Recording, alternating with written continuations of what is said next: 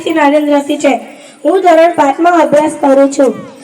આજ સૌને આજના ગણતંત્ર દિવસની હાર્દિક શુભકામનાઓ। 26મી જાન્યુઆરી 1950ના રોજ આપણા ભારત દેશનું બંધારણ અમલમાં આવ્યું। આ દિવસને આપણે પ્રજાસત્તાક દિવસ તરીકે ઓળખીએ છીએ। जब देश खोखली आजादी के जश्न में सोया था, तब रातों जगकर एक सरदार ने अखंड भारत का संकल्प बोया था। 562 बिखरी हुई रियासतों को कुछ यूं निखारा था, खंड खंड बिखरे भारत को ध्वजा के तले समेटा था।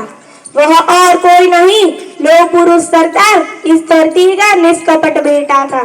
वह और कोई नहीं, लोह पुरुष सरदार इस धरती का निष्कपट बेटा था। ભારતના ભાગ્ય વિધાતા, શ્વેત ક્રાંતિની ગંગોત્રી, ધૈર્યવાન, શૌર્યવાન એવા રાજપુરુષ, લોહ પુરુષ એવા સરદાર માટે અગણિત વિષયોથી નવાજ્યો તોય શબ્દો પણ ઓછા પડે અને સમય પણ ઓછો પડે એવા ઝવેર રત્નશ્રી એટલે કે શ્રી સરદાર વલ્લભભાઈ પટેલ। ગુજરાતનો ખેડા જિલ્લો એટલે ખમતી દરાનો જિલ્લો।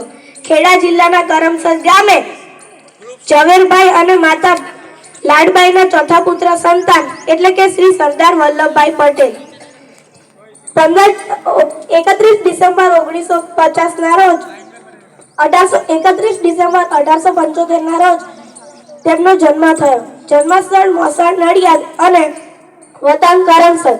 બાળપણથી જ બાળ વલ્લભભાઈમાં સત્ય માટેનો આગ્રહ અને નિડરતાના ગુણો જોવા મળે છે। કદાચ બાળ વલ્લભભાઈના મનમાં જ વસી ગયું હશે કે આ માટીમાં જન્મ્યો હું, આ માટીમાં જીવીશ હું, આ માટી મારી કાયા, આ માટી મારી માયા, આ માટીમાંથી માટી, આ માટી માટે મરીશ। સમગ્ર ભારતની જનતા જે ઘટનાથી માહિતગાર છે તે બારડોલી સત્યાગ્રહ। અંગ્રેજોની સામે કાળ બનીને ઉભેલા સરદાર વલ્લભભાઈએ અનન્ય વિજય પ્રાપ્ત કર્યો। વિદ્યાર્થી મિત્રો, સિંહને ક્યારેય રાજ્યાભિષેક નથી હોતો, તે સ્વયં પોતાના પરાક્રમથી જ વીર કેસરી બની જાય છે। તેમ આપણે વલ્લભભાઈને પણ સરદારનું બિરુદ મળ્યું। વાસ્તવમાં એ જ ભારતના ખરા સરદાર હતા, છે અને રહેશે। નથી જાણ્યું અમારે પંથસી આફત પડી છે, ખબર છે એટલી માતની હાકલ પડી છે, ખબર છે એટલી માતની હાકલ પડી છે। વિદ્યાર્થી મિત્રો, આપણા દેશને આઝાદ કરવા ઘણા શહીદ વીરોએ આહુતિ આપી છે। સાહેબ, વિચારો કે જ્યારે સ્વતંત્ર ભારતનો ઝંડો 15 ઓગસ્ટ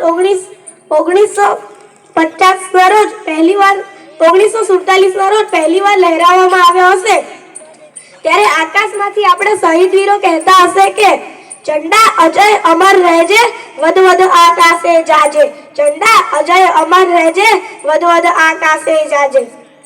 સરદાર વલ્લભભાઈએ 565 રજવાડાઓમાંથી 562 રજવાડાઓને ભેગા કરી સ્વરાજ પ્રાપ્ત કર્યું અને અંગ્રેજોની ભાગલા પાડો રાજ કરો નીતિ બંધ કરાવી।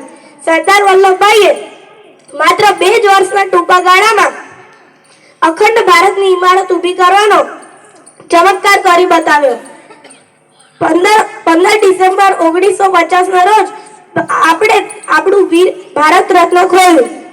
તેઓ વીર ગતિને પામે છે।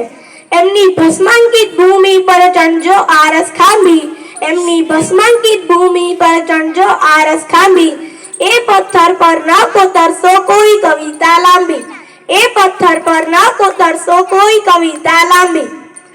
લખજો ખોટ પડી સૌના લાડક વાયાની, લખજો ખોટ પડી સૌના લાડક વાયાની। વિદ્યાર્થી મિત્રો, આપણે ખૂબ ભાગ્યશાળી છીએ કેમ કે વિશ્વની સૌથી ઊંચી પ્રતિમા સ્ટેચ્યુ ઓફ યુનિટી આપણા નર્મદા જિલ્લામાં માં નર્મદાના તટ પર છે। આપણે પ્રાર્થના કરીએ માં નર્મદા અને ભારત માતાને કે સરદાર વલ્લભભાઈના આદર્શો આપણા જીવનમાં પણ ઉતારીએ। વિદ્યાર્થી મિત્રો, આપણો દેશ આઝાદ થઈ ગયો છે પણ તેને આબાદ બનાવવાનો છે, સ્વતંત્ર થઈ ગયો છે પણ તેને સમૃદ્ધ બનાવવાનો છે। અસ્તુ, જય ભારત।